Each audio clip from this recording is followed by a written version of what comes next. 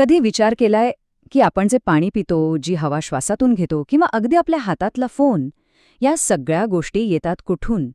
या सगळ्याचं मूळ एकाच ठिकाणी आहे आणि ते म्हणजे नैसर्गिक संसाधने. चला तर मग आज आपल्या जगाचा हा जो पाया आहे ना, तो जरा जवळून समजून घेऊया. बरं, सुरुवात एका छोट्याशा प्रश्नाने करूया. आता पुढे ज्या दोन गोष्टी दिसतील ना, त्यांच्यामध्ये कॉमन गोष्ट आहे. काय असेल ती? जरा विचार करा. आता जरा इकडे बघा. एका बाजूला आहे समुद्राच्या तळाशी राहणारा ऑक्टोपस आणि दुसऱ्या बाजूला चक्क शेतात उगवलेलं कापसाचं झाड. म्हणजे एक प्राणी, दुसरी वनस्पती, एक पायातला, दुसरा जमिनीवरचा. आता यांच्यात काय बरं साम्य असू शकेल? काही संबंध दिसतोय का? आणि याचं उत्तर आहे, हे दोन्ही निसर्गाकडून मिळालेले आहेत. हो, अगदी बरोबर. सोप्या भाषेत सांगायचं झालं तर नैसर्गिक संसाधन म्हणजे निसर्गात सापडणारी अशी कुठलीही गोष्ट जी आपण आपल्या गरजा भागवण्यासाठी वापरतो. किती सोपं आहे ना, पण तितकंच महत्वाचं. आजच्या आपल्या या चर्चेत आपण पाहणार आहोत की नैसर्गिक संसाधने म्हणजे नक्की काय, त्यांचा वापर कसा होतो, ती सगळीकडे सारखी काय नाहीत, त्यांनी आपल्या इतिहासाला कसा आकार दिला आणि शेवटी आपल्यासाठी या देणग्या किती महत्वाच्या आहेत. चला तर मग सुरुवात करूया पहिल्या मुद्द्यापासून. नैसर्गिक संसाधने म्हणजे नेमकं काय? असं समजा की हे आपल्या पृथ्वीने दिलेले बिल्डिंग ब्लॉक्स आहेत, ज्यांच्याशिवाय आपलं आयुष्यच उभं राहू शकत नाही. बघा ना, निसर्गाची ही देणगी किती वेगवेगळ्या रूपात आहे. झाडांपासून मिळणारी फळं आणि कापूस, प्रवासासाठी घोडे, खाण्यासाठी मासे, घरं बांधण्यासाठी मातीतली खनिजं आणि सगळ्यात महत्त्वाचं, जगण्यासाठी पाणी आणि हवा. यापैकी एकाही गोष्टीशिवाय आपलं जीवन शक्य आहे का? नाहीच. पण निसर्गाने तर आपल्याला ह्या सगळ्या गोष्टी दिल्या आहेत, मग आपण त्यांचा वापर कसा करतो? चला, पुढच्या भागात हेच पाहूया. यातलं सगळ्यात पहिलं आणि मूलभूत उदाहरण म्हणजे जमीन. हजारो वर्षांपासून आपण जमीन नांगरून, शेती करून आपलं पोट भरतोय.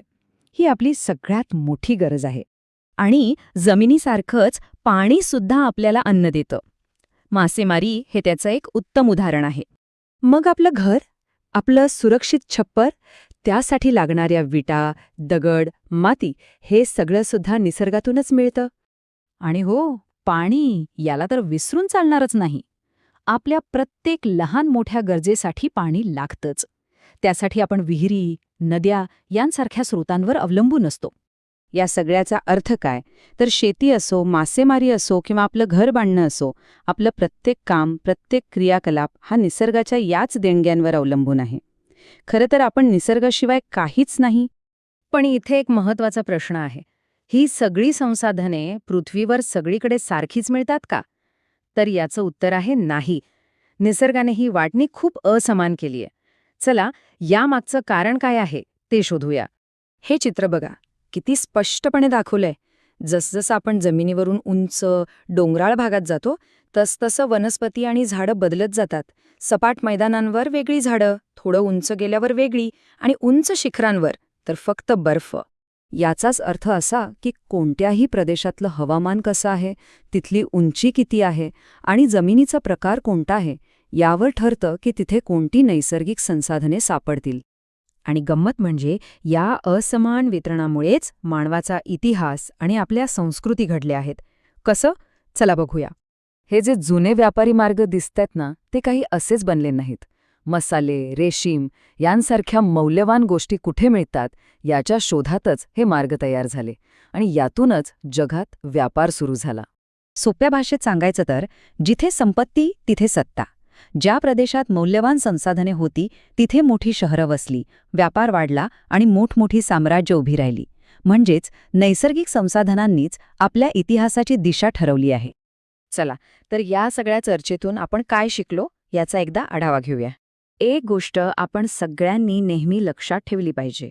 आपण जे अन्न खातो, जे कपडे घालतो, इतकंच काय आपल्या हातातला स्मार्टफोनसुद्धा, या प्रत्येक गोष्टीचा मूळ स्रोत हा निसर्गच आहे. मग शेवटचा आणि महत्त्वाचा प्रश्न हा आहे की जर आपलं अख्खं अस्तित्वच निसर्गाच्या या देणग्यांवर अवलंबून आहे, तर मग आपण त्यांचं मूल्य कसं जपायला हवं, यावर नक्कीच विचार करायला हवा, नाही का?